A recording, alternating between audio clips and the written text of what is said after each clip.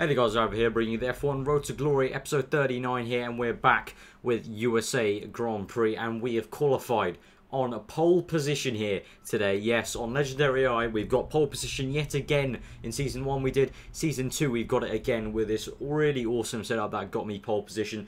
Also, it helped that the weather the whole weekend was really cloudy. As you can see right now, and you'll see at the race start, it's really overcast. The whole qualifying, the track was quite cold. I think that played into my hands quite a lot because the AI usually can get into the 138s, high 138s, or maybe 139s definitely. But we were all doing 140s and 141s in fact.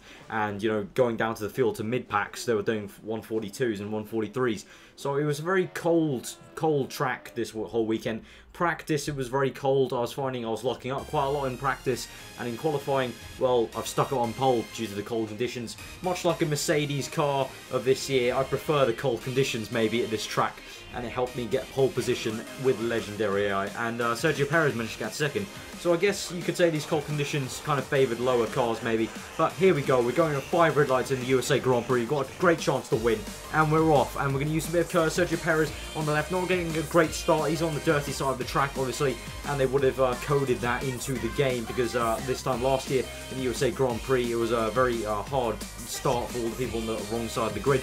So now Rosberg is charged in right now on lap 1, going into the next S section, you could kind of call it, but I get in the middle of him, get on the inside, and I manage to get through into first place again. And so now we're going to cut later on all the way to lap 6, where we're going to make our pit stop. I've saved all the curves so I can use all the curves into the pit stop. Managed to hold on to first, and you know guys, Marussia always freaking just do not deliver with the pit stops. It always loses me about at least 2 seconds, so that's why I saved all my curves up so I could use it into the pit entry.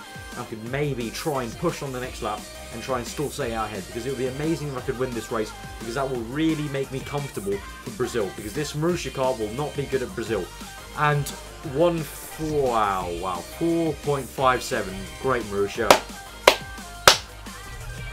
Fucking great. Well, you know, never mind. I pushed on, and I was going to push really hard on this next lap on these fresh primes to try and stay ahead of Mark Webber, because as I said, I am not going to be good at Brazil. This Marussia car is never good on those high-speed circuits, and, you know, I need to be comfortable for that race. Otherwise, I'm really going to have a hot and bother race there in Brazil, trying to keep the Lotuses behind me in the Constructors' Championships, get that 4th place, which is pretty much crucial to this whole series right now. So we're going on to the start-finish straight on lap 7, going on to lap 8, and we've got Mark Webber in the pits right now. My team also looks like we're going to pass him.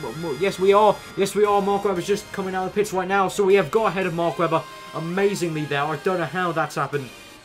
I mean, my lap must have been completely beastly on that out lap, and we've cut to lap 8, going on to lap 9 now, and I'm actually setting fastest laps of the Grand Prix. I was pushing so hard now with the rich mix I've got left. Mark Webber was actually 4.1 there, you can see, and I actually got it to I think it was 5 seconds at one point.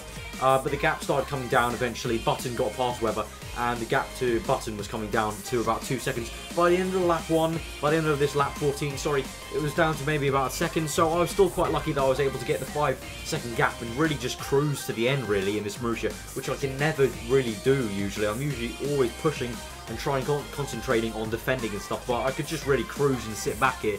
I'm in standard mix. I've been on rich for the last 5, so I was pretty much cruising. Little did I know I was going to be running out of fuel on the last little pit straight. You'll hear on the engine sounds, the engine just starts to muffle a tiny bit as I actually ran out of fuel towards the line. I started weaving, in fact, on the pit straight, as you're about to see.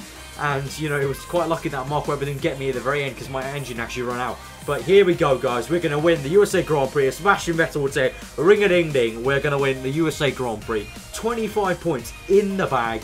I am absolutely elated. This is amazing. This makes us so comfortable for the Constructors' title. I cannot tell you the kind of pressure that is off me for Brazil right now. I could literally, you know, just cruise and maybe get 10th place and still finish 4th in the Constructors ahead of Lotus, which will mean we are a top 3 team next season. And that means our car should be, theoretically, a lot faster through the corners. It will never be faster in speed because, you know, the game doesn't do that. It doesn't increase my engine.